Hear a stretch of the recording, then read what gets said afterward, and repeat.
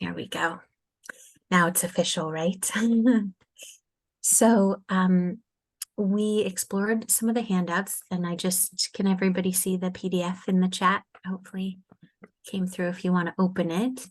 And I'll also share a screen on the text itself when we get there. But to just begin with literally the prompt of where we left off, I kind of offered the idea of keeping a oneness curiosity of what is oneness and when do you experience oneness. So I know, Joanne, would you like to start and kind of share what your journey? Sure. Well, I started exploring this when I was probably 15 or 16, and I had in my 20s a lot of time in yoga ashrams and hours and hours of meditation. But I'm 65, and I was thinking about it this week, and I thought, what if my old kind of beliefs really work for me right now? And I thought,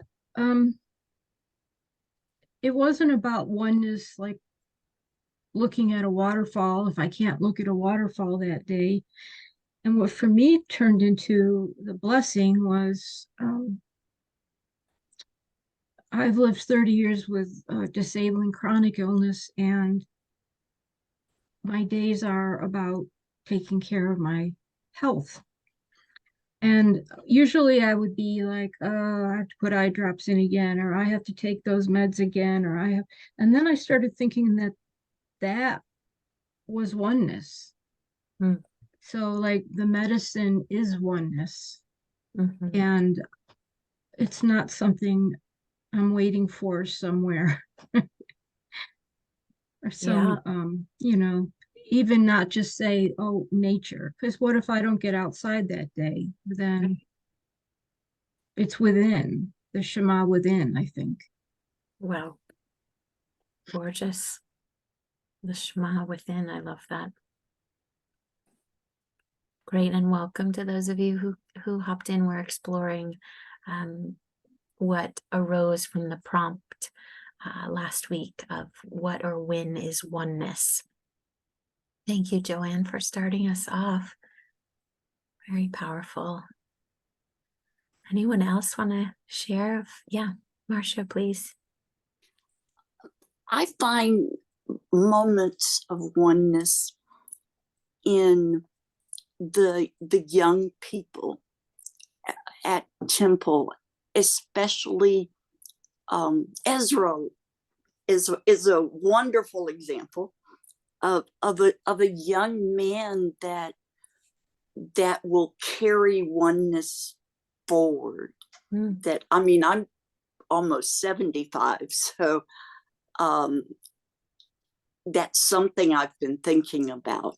Like, there's so many older people in our temple, and I went to that lecture that you were facilitating, and I was looking at, I felt young there at 75, but the continuation of oneness is what I feel so often with the younger people and the families, and looking at all the little ones.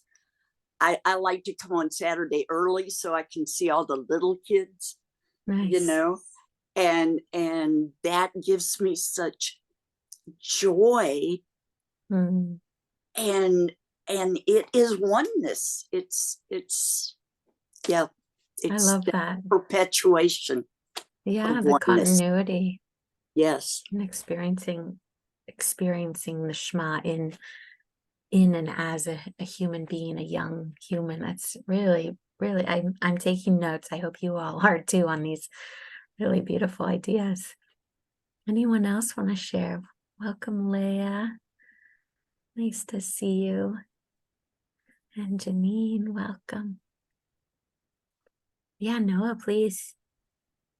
Well, I didn't get the prompt last time, but I have every time I light the Shabbat candles, I imagine that I'm part of this wave. And ever since the first sunset has hit to the first people on Shabbat in the Jewish world, planet, it's just wave after wave of light, just like lighting up across the whole circle of the globe one at a time. And like we make the whole planet into this 24-hour cascade of light. And it's just this beautiful oneness to me. So when I'm like swirling up into the air for everything to connect with all the other lights. Oh, that's poetic. That's wonderful. Gorgeous. Wow. I love that image. Wow. Stunning, Noah. A wave of light for Shabbat. That's just so beautiful. Mm. Great. Would anybody else you can obviously share along the way, but if anyone else has anything like ripe that they want to offer. Okay, well, I have a feeling these readings will shake a few more peaches from the tree. I don't know where I'm going with this metaphor, but might as well carry it through. So I thought what we would do tonight is continue with the packet. Just a tiny recap. We looked last week at what is kavanah and how do you get there. Literally, how do we establish kind of a ready mind or a heavy mind in order to pray, and this kind of recipe almost of 1-1-1 of sitting and then of meditating for an hour and then of praying for an hour. Sorry, did I say, wait, an hour before, an hour of prayer, and then an hour after. Yeah.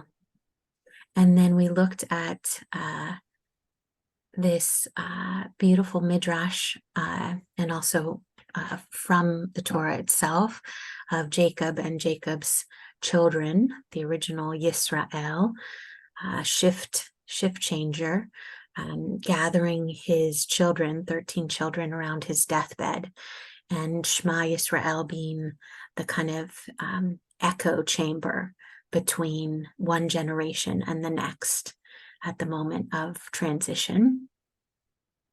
And we talked a little bit about the Baruch Shem and how that is uttered aloud on particularly Yom Kippur, and that it can also be kind of a lamala lamata, an upper realm and a lower realm communicating with one another, us and God, or an inner and an outer realm if you want to shift from the vertical to the horizontal. And then we read this very powerful private document by the Sfat Emet, declaring that that the essence of worship, just trying to think how to best summarize. Does anybody remember or want us kind of take an aim at summarizing this one? No, I leave the hardest one for for others.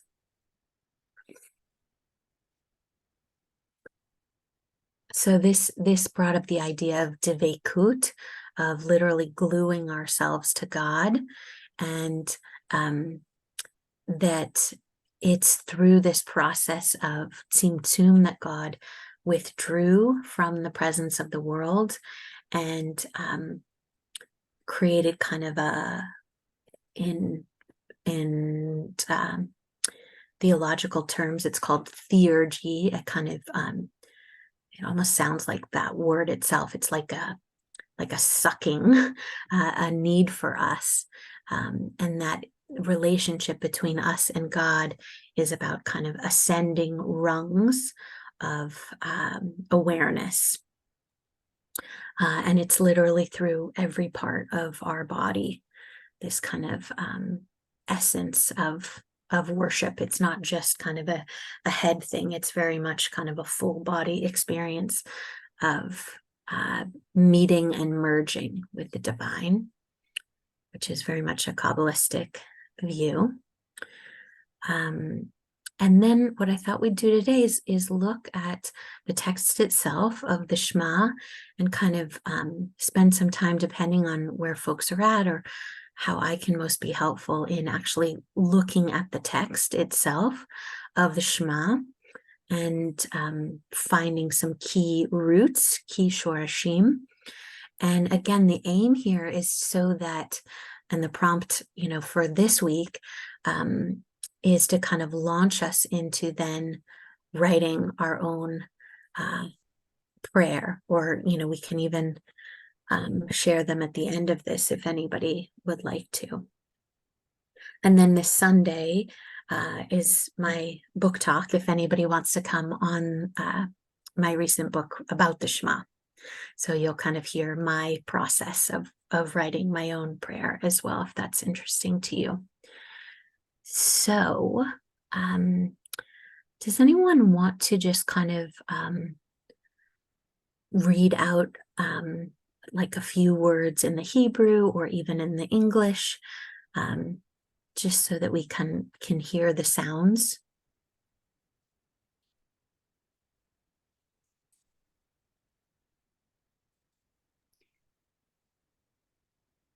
Can I sing it a little bit? Yeah. However you want to sing it, for sure. Ve'ahavta et Adonai Elohecha b'kol levavecha u'v'kol nefshecha u'v'kol me'odecha. Beautiful, Noah. Yeah, so Noah started here with the Ve'ahavta. So we'll just back up a tiny bit. Does anybody want to just read these two lines starting with Shema, or sing them?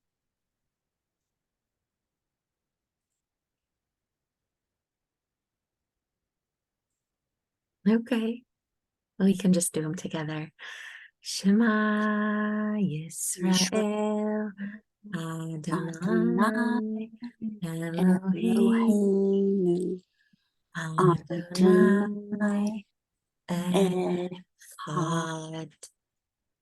And then you would quietly say Baruch Shem Kavod Malchuto Leolam Va'ed.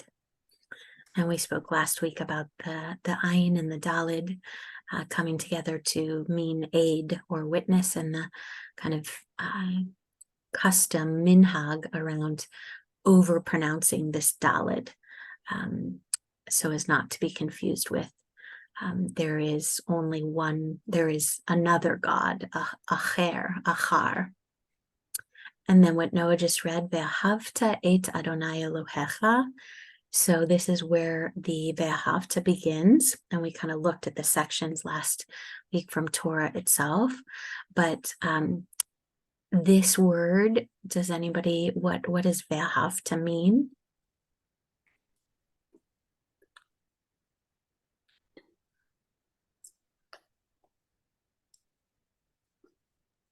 Well, the they would be and ahavta is something about love. Yeah, totally. That's so beautifully translated. So this vav means that there's a connection to the prior sentence, ve'ahavta. It doesn't just start ahava. It starts ve'ahavta, and you shall love, which is a really interesting kind of syntax to think about what is connected with what. So listen Israel, listen Jacob, listen the wrestlers, as Rabbi Green would say. Yud He Vav He, this God of being, our God, Eloheinu, makes it our God, like Anachnu. And then again, the Tetragrammaton, and then Achad. And Baruch Shem Kivod Malchuto Leolam Va'ed, blessed is the Shem, the name that honors God's kingship, royalty, divinity for all eternity. And le'olam is an interesting word. It's both spatial and time oriented. So it's both for the whole world and for eternity, time and space. And then, and you shall love et, what shall you love? This tetragrammaton, the yud he vav he, Elohecha, your God. So it moves from the anachnu, it moves from the our into the your. I can't remember how you say that in English. Is that from the singular plural to the second pronoun or something? Anyway, whatever it is, you all get the idea. And then how shall you love? Bechol, and this is a chaf because there's no cough drop in the middle of it. Otherwise it would be bekol. Bechol levavcha, with all of your heart. And there's an interesting comment about this second vav, which is a bit extraneous. It's actually not needed. The word is lev, and lev just has one vav. My teacher would say that it's both the Yetzer Hara, the evil inclination heart, and the Yetzer HaTov heart, two kind of aspects of the heart, is one reading of why there's two vavs. Bechol, again, and with all of your nefesh, with all of your soul.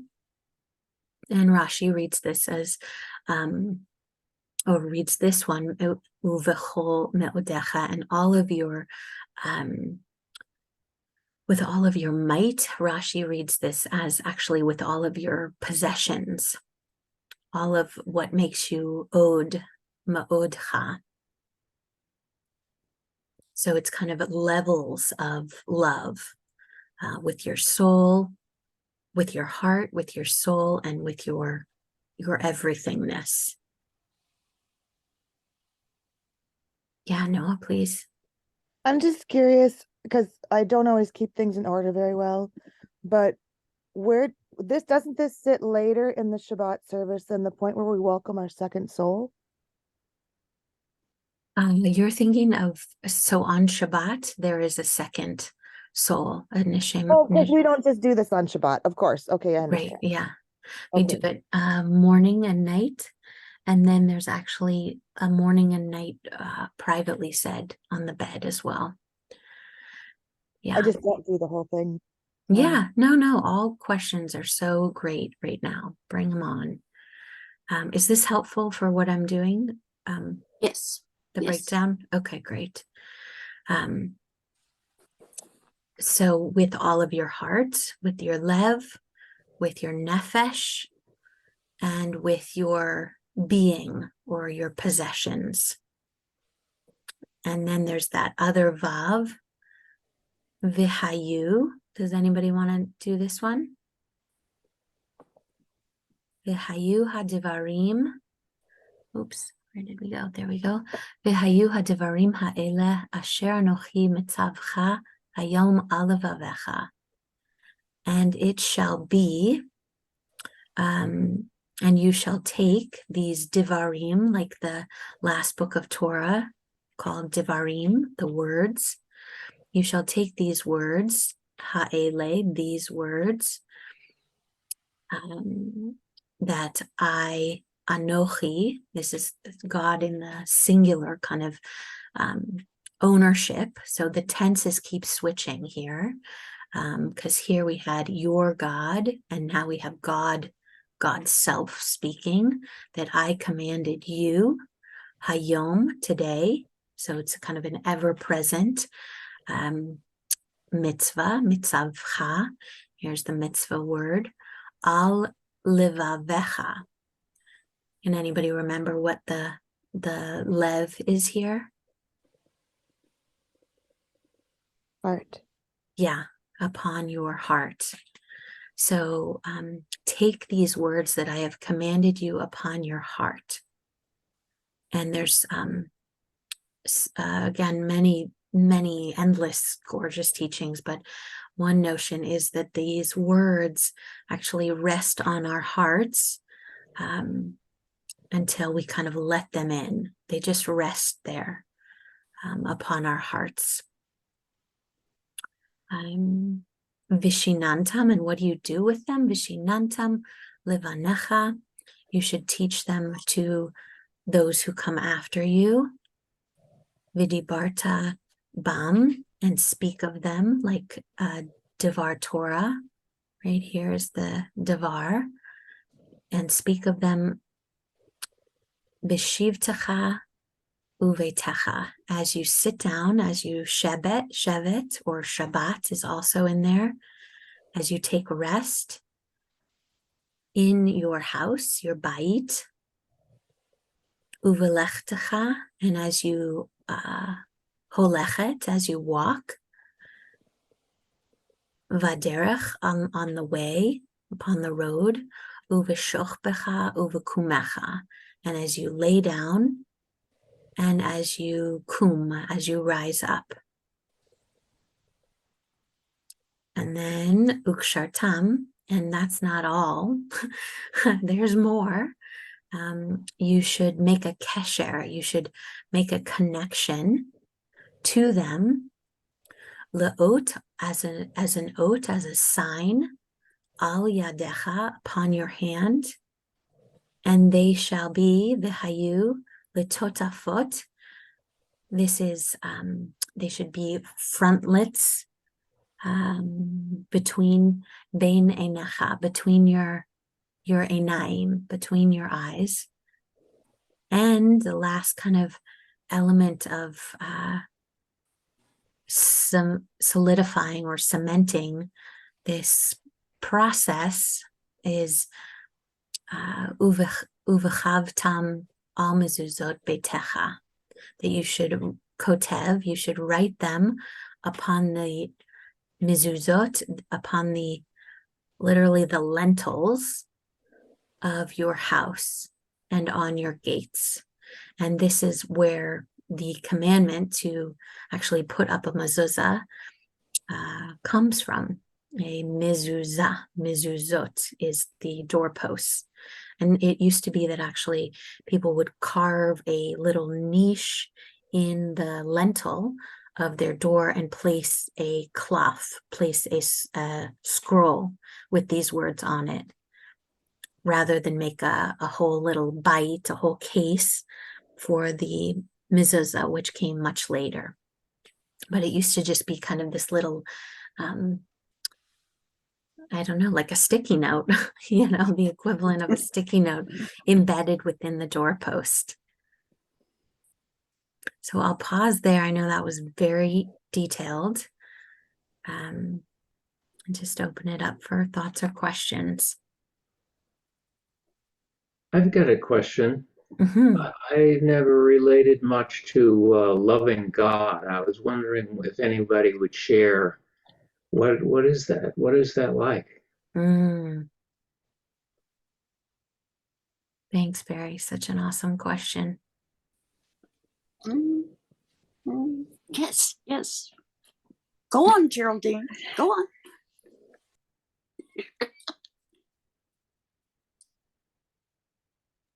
Are you reading my mind? Yes.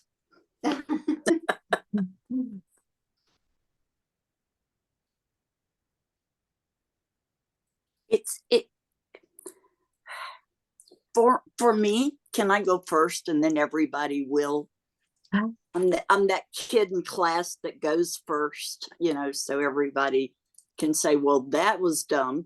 And then they feel okay to say what they want to say. For me, very seriously, okay, it's almost indescribable. I love my daughter more than anyone. I love my daughter more than myself. And those of you who know me know I'm very fond of myself, but I love my daughter more than that. I love my daughter more than life. I would happily give my life for my daughter. I love God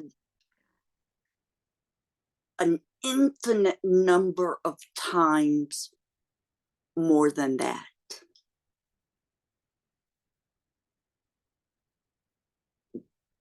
God is so much that I need in my life. God gives me so much more than any human can. And my paltry offering in return is to love God more than I can ever express. Thank you, Marcia. I don't know who was next, Joanne or Noah.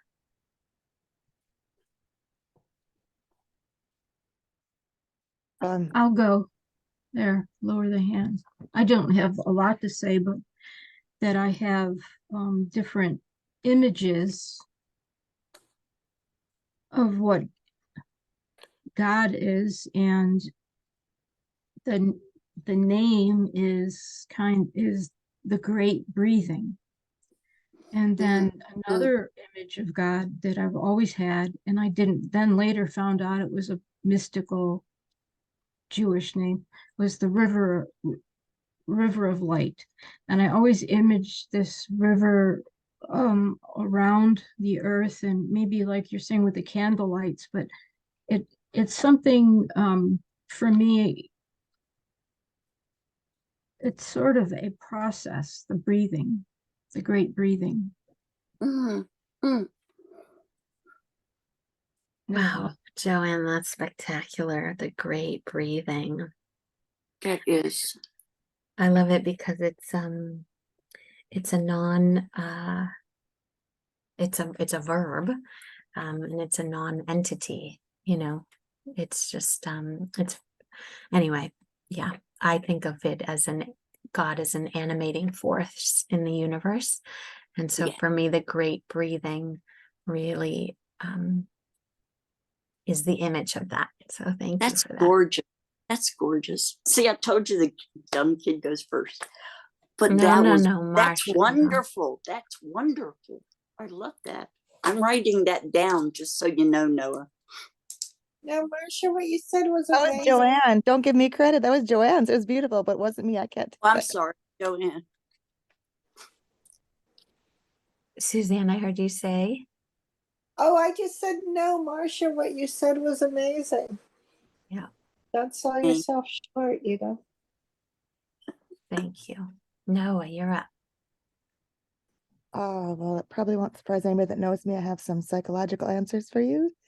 So, first of all, I want to say that when we put people in an MRI machine, I loved school, so I just kept taking it. So when you put people in an MRI machine, and they can watch their brain, the sides are working in trying to think and trying to figure things out. And when you have someone who believes pray, their brain lines up, and all of a sudden they can figure things out and things make sense, and they have a more of stability. So the idea that came out of that in the classes, and I realized that my psychology is getting to be a little more than a decade old. The last time I went to school was 2013. But the idea that we kicked around at that point is that we can tell from archaeology that since the beginning of time, and from things like the Torah scroll, that humans as a species, and probably not even just Homo sapiens, but the whole category of Neanderthals and Denisovians and all of the group of all of us, that we developed with a belief in religion. And that was something that made us have a cohesion. And it was something that made us be able to move forward as a society and have some sense of security when we had no idea why droughts happened, and we felt we had no control in the world. And that the act of believing was something that became part of being human and how we worked better. So when my kids went through their, trying to throw away belief stage, I would say to them, it doesn't really matter what you believe. It makes your brain function better to believe something, because that's how humans evolved. So look around and find the thing that resonates with you and see how that changes your life and your world when you become whole within your own brain. And my experience of living that out is that, like, I know several people here that are like me, and somebody else that I didn't yet meet is also like me. When you have a chronic illness, mine is both genetic and the tumor in my head. When you have a chronic illness, or maybe I've been homeless 5 times, so like a financial problem in life where there's a lot of insecurity. When I can have a faith that I am part of a whole, that everything around me is one, and I have my place, and I can look back in my life and I just did this week. I have a red light that I bought when the pandemic first started, because at that point I had a full body rash and I had been going to town to get a Chinese treatment with a light, but then we locked down and I couldn't go. So I used my pandemic money to buy it. Well, the day that Israel was attacked, I didn't know that was happening. I fell and I tore my ligaments in 3 places. It was very serious. And the doctor that looked at it said she didn't think I would get better, and whatever. So anyway, that red light, one of the frequencies is for torn heels, or torn ligaments, and they use it for the Olympic athletes, and it cuts down healing time by 75%. And I am back walking on my foot. I'm not going to need surgery like they thought. So then I say, Baruch Hashem, I had that rash because it got me that light, and I really need it for now because I don't want to ever go back in a wheelchair. I've been there 3 times. So that gives me a standing point to be able to let things go and just be able to have some security in an insecure body. I never ever know from day to day if I'm going to have legs to walk on again. And the longest I've ever been in an electric wheelchair and able to walk was 9 months. So it's not something that's little for me. So it gives me the ability to still go outside of my door and to still walk across the bridge, even if I might fall and go in the water. So it helps me have security in the insecurity of life. And I got to that place after a long haul of walking away from the fundamentalist Christianity my parents gave me, and coming back around to, where can I find my security in what has made humans whole since the beginning of time? Wow. Barry, how is this sinking in? Oh, I appreciate hearing that sharing. It's not something I can repeat what anyone has said, but it opens my heart. Thank you. Mhm. Wow, Oh, gorgeous. Really that was powerful. beautiful, Noah. I get to say it again. Amazing, everybody. Wow. I'm going to take us to the next text, which is actually kind of, I think it's a great builder on what many of you have described, which is it's a way of being, both of experiencing the world and experiencing ourselves within the world. So this is the piece by my teacher, Rabbi Arthur Green, and he's wrote this really beautiful, tiny, gorgeous book. And we're not going to obviously read this text through, but there are a couple of passages I wanted to lift up, and then would love to hear from you what stood out. And just so I can take a quick pulse, do folks have a prayer or their own Shema that they would like to share at the end of this, just so that I can make sure to have time? Cool. Susanna and Marcia. Great. Does anybody else? Noah. Okay, great. Good. So 3 people. Okay, so we will we'll leave probably 8 minutes. Does that work for everybody? Oh, and Nancy. Okay, great. Oh, you wrote it out in the chat? Could I say something now? Oh, sure. Yeah, for sure. I don't know where to find the raised hand on the screen. That's okay. A footnote first, and then I want to talk to Barry's question. First of all, I don't know Hebrew, and I could see it, but I can't read it. And I had cataract surgery, so I couldn't read the English. So I really was Shema, but so many people have asked the question, do you believe in God? Or how do you believe in God? And that is not how I came to God, by believing. I came by experience, by having my life saved any number of times, by feeling the wind and knowing it was God. So it was experience and being open enough to feel God rather than believe God. But once you feel and know God, then you have a belief. And I don't think the belief always comes first. I know people have taken out a dollar bill and showing, in God we trust. And that doesn't help most people. So it's a difficult question and a difficult answer, but I think you can come at it in many different ways. And that's just what I wanted to say to you, Barry, is it's not always intellectual or mental or even spiritual. Sometimes it just happens to you, if you're lucky. Beautiful, Nancy. Yeah, it's Rabbi Abraham Joshua Heschel said, God is a moment. Which is really, it's not what or where, it's actually when is God, which is something I think about a lot. So thank you, Nancy. Beautiful. More cats. Janine, your cat should meet Joanne's cat. Name anybody else who has cats.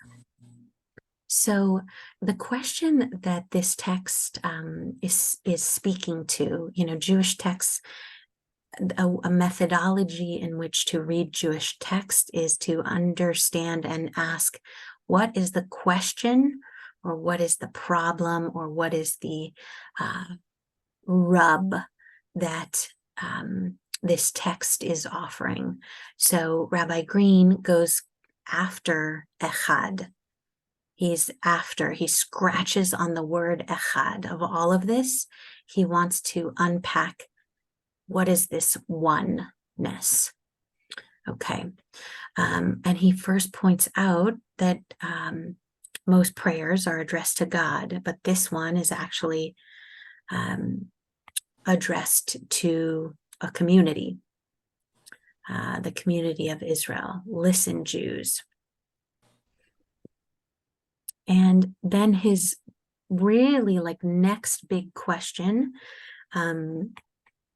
is, what difference does monotheism make? Which is just so great. I mean, just that he's asking the question, why oneness? Why oneness? What's the payoff? And he says that the only value, does anybody want to read this paragraph? It's so great.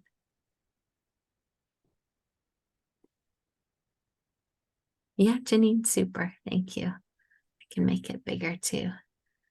All of us. The only value of monotheism is to make you realize that all beings, every creature, and that means the rock and the blade of grass, as well as your pet lizard and your annoying neighbor next door, are all one in origin. You come from the same place. You were created in the same great act of love, God bestowing God's own grace on every creature that would ever come to be. Therefore, and this is the key line, the only one that really counts, treat them that way. They are all God's creatures, just as you are. They exist only because of the divine presence, the same divine presence that makes you exist. Get to know them, get to love them. discover the unique divine gift within each of them, as well as the common bond of existence that draws you all together. Live in amazement at the divine light strewn throughout the world. That's what it means to be a religious human being. Even if you do not take the story of creation literally, and I, for one, do not, seeing this amazement and wonder in all of existence is the beginning point of faith. So this is very profound in lots of ways, but it is the purpose, Rabbi Green is saying, of monotheism is at some level a survivalist purpose. It is the understanding that no one is above anybody else, that everyone came from one place, from one entity.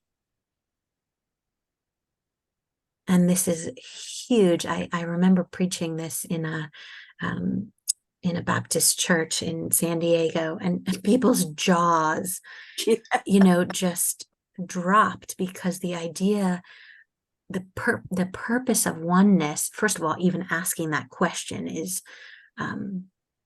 quite gutsy. Like, who cares about oneness? What is the point? What's the payoff? And then to say, so that everybody knows that they're connected through one dot, one mustard seed. It can all be traced to the same mustard seed. I want to take us, any comments or thoughts about that? I just wanted to say that it reminds me of Rabbi Heschel's statement that awe rather than faith is the cardinal attitude of the religious Jew. Yeah. Yeah, his belief in radical amazement is what he called it, as being really the essence of religiosity and faith and practice, right? Rabbi Green is saying, again, the point of monotheism is not an intellectual idea. It's actually a how. Treat them that way, how we engage in the world. It's not even a what, or it's not even a what about what is God or who, or it's how then we behave. It's an attitude or an action. Thank you, Barry. Yeah, that's a great connection. And Rabbi Green was a student of Heschel, so it makes a lot of sense. And then God and existence, I want to scooch us over. Does somebody want to read this paragraph, the meaning here?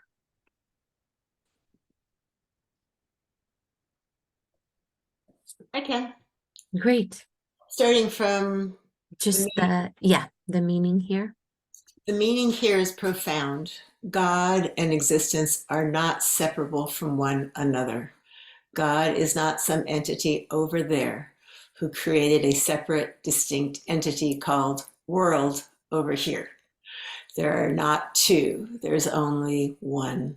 The mystics insist on carrying monotheism that one step further.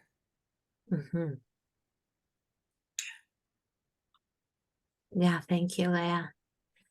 And this is huge. I mean, talk about a life practice, the idea of converging our sense of near and far, us and them,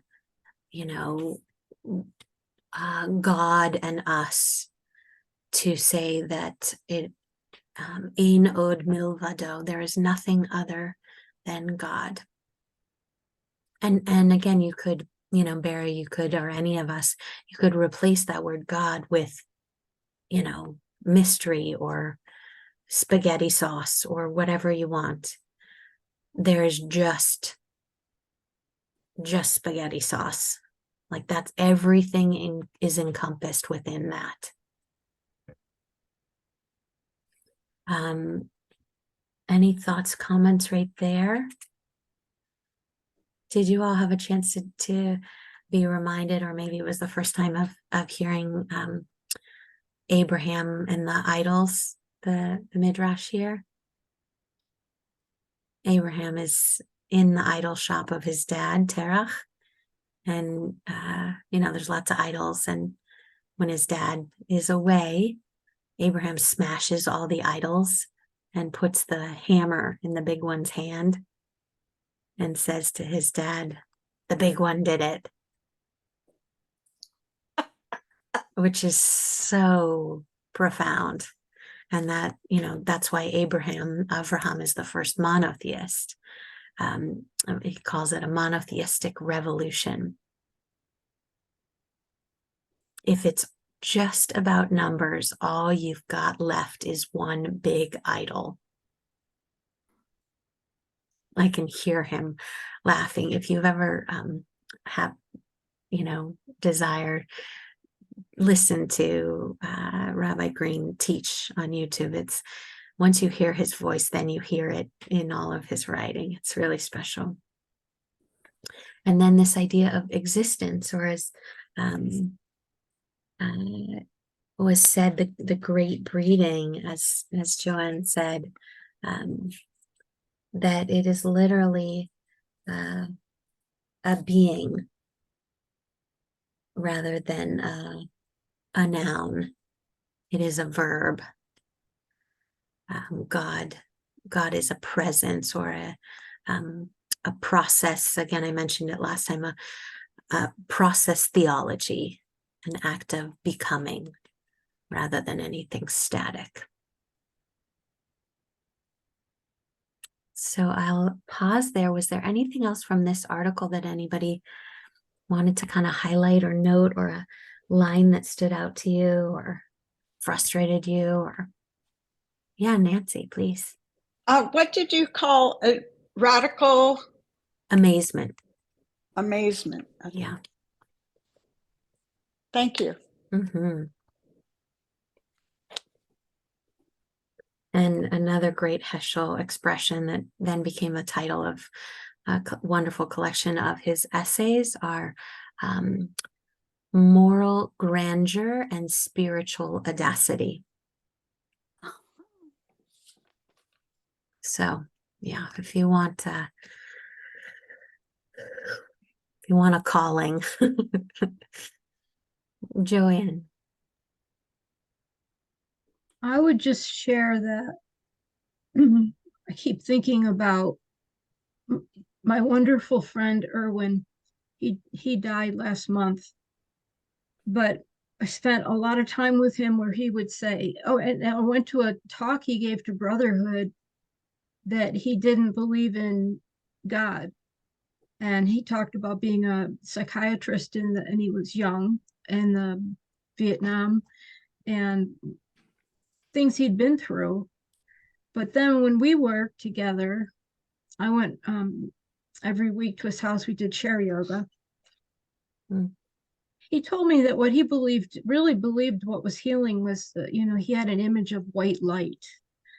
And I didn't say it to him, but to me, that would be an image of healing and of oneness. And after he died, I thought about that a lot. Yeah. Beautiful. Miss him. Thank you.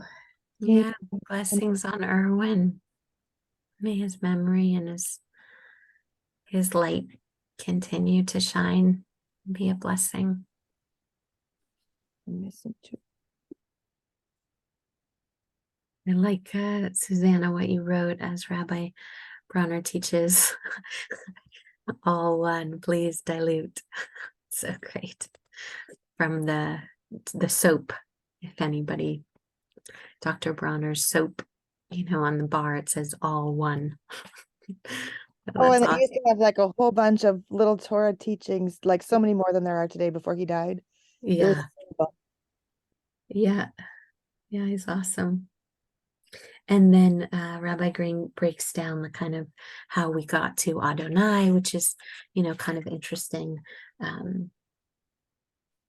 Yeah, so let's take a couple minutes, everybody, to hear from you all, your prayers, your own Shema versions, and feel free to take notes or write things down or start your own or whatever as you hear. So I think we had Marcia, Joanne, what's our docket? Susanna, and Nancy, did you want to share? Was that? Not yet. Okay.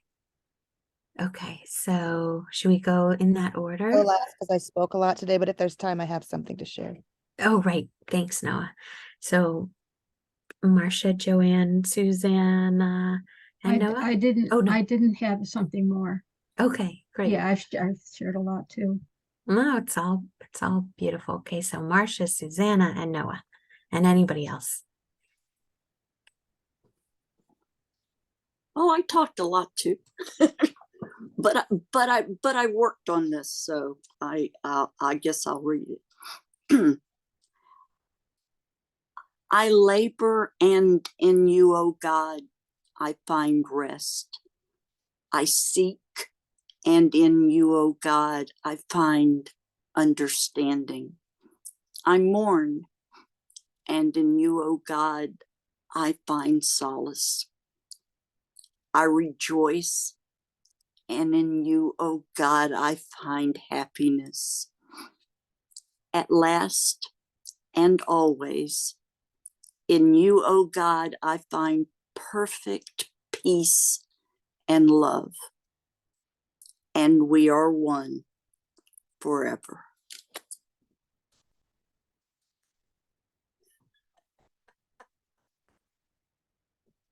Thank you. Really beautiful. Thank you, Marcia. Amen. Susanna.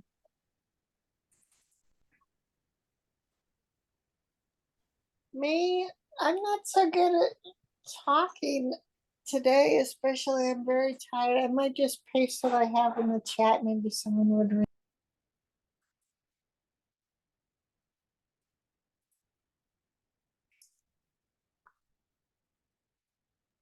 And ever you're most comfortable with.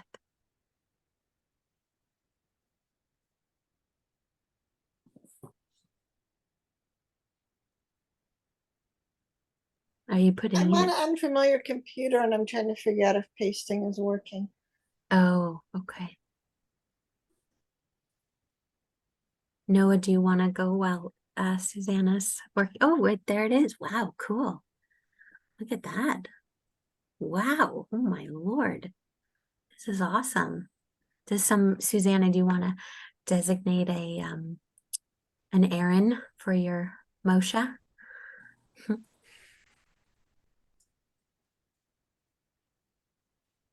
Or does anybody want to read it?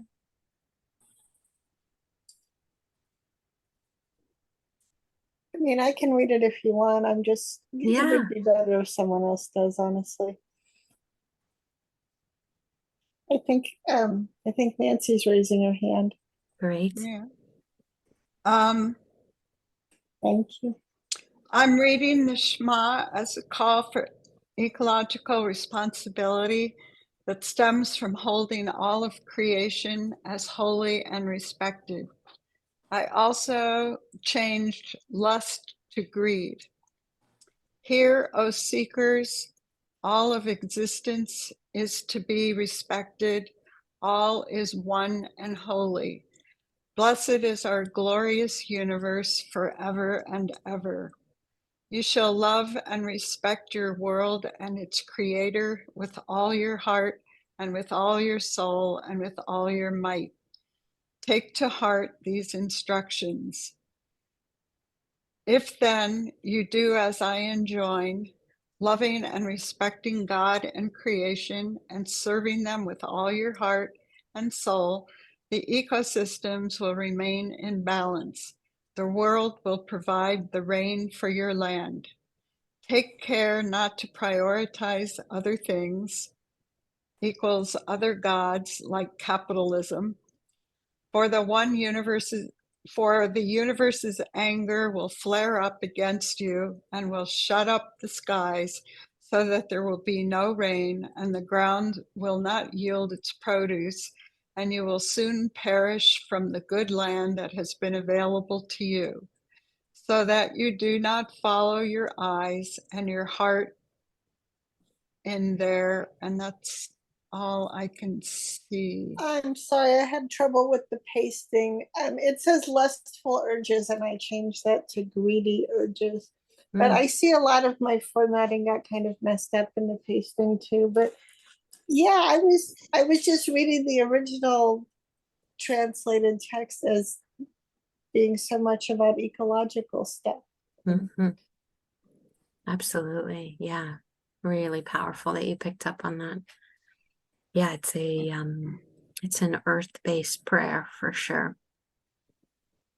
Yeah, I love that, especially today.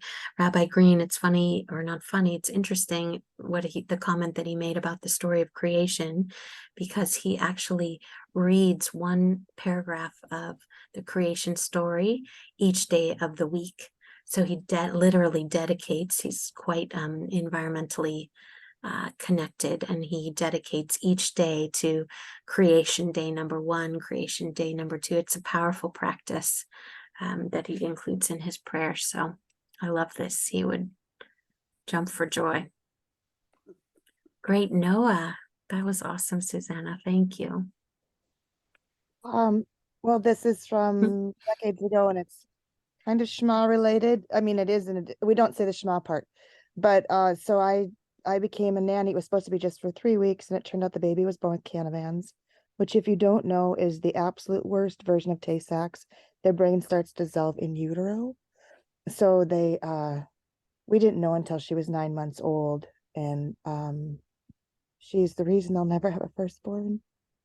But so one of the things that Joyce and Ed did was go to their rabbi and have a bedtime prayer done for Alana, because for all of us, we never knew when we put her down if we would wake her up, if she would wake up again.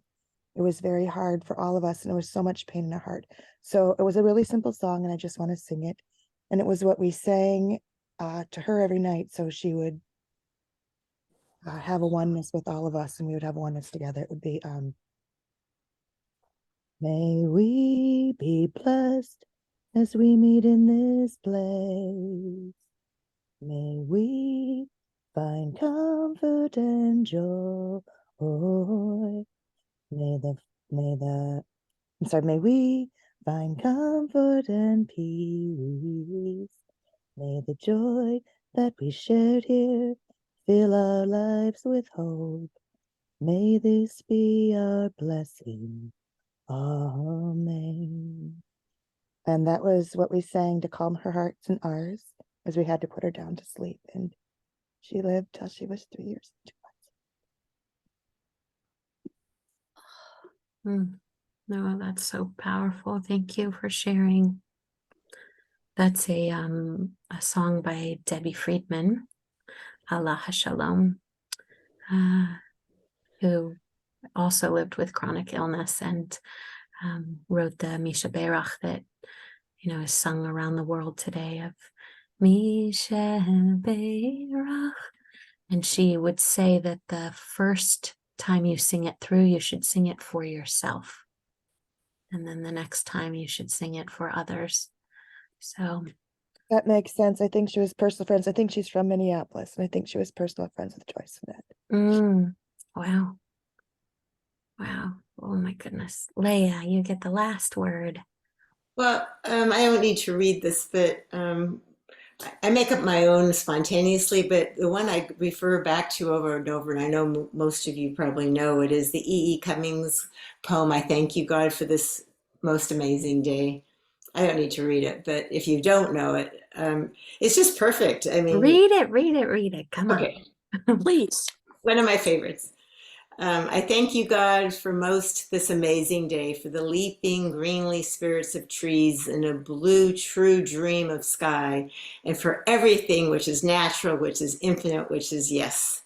I who have died am alive again today, and this is the sun's birthday. This is the birth, day of life and of love and wings and of the gay, great happening, illimitably earth. How should tasting, touching, hearing, seeing, breathing, any, lifted from the no of all nothing, human merely being doubt, unimaginable you. Now the ears of my ears awake, and now the eyes of my eyes are opened. To me, that's everything. Like it says it in a nutshell. I can't say it that beautifully. That's awesome. Yeah. So beautiful. Wow. The yes, the great yes. Is that what that line? The great yes. Amazing. Thank you all so much. This is just like delicious, and so meaningful to hear your prayers and your thoughts and your questions, and really beautiful. I wish you all a beautiful night, and thank you so much. Thank you. Beautiful you. good evenings. Thank Very. Okay, I let's love end. you mentioned a all. book talk. Thank you. Thank you, everyone. Thank you all. Rabbi, you mentioned a book talk. Is that going to be on Zoom? Yeah.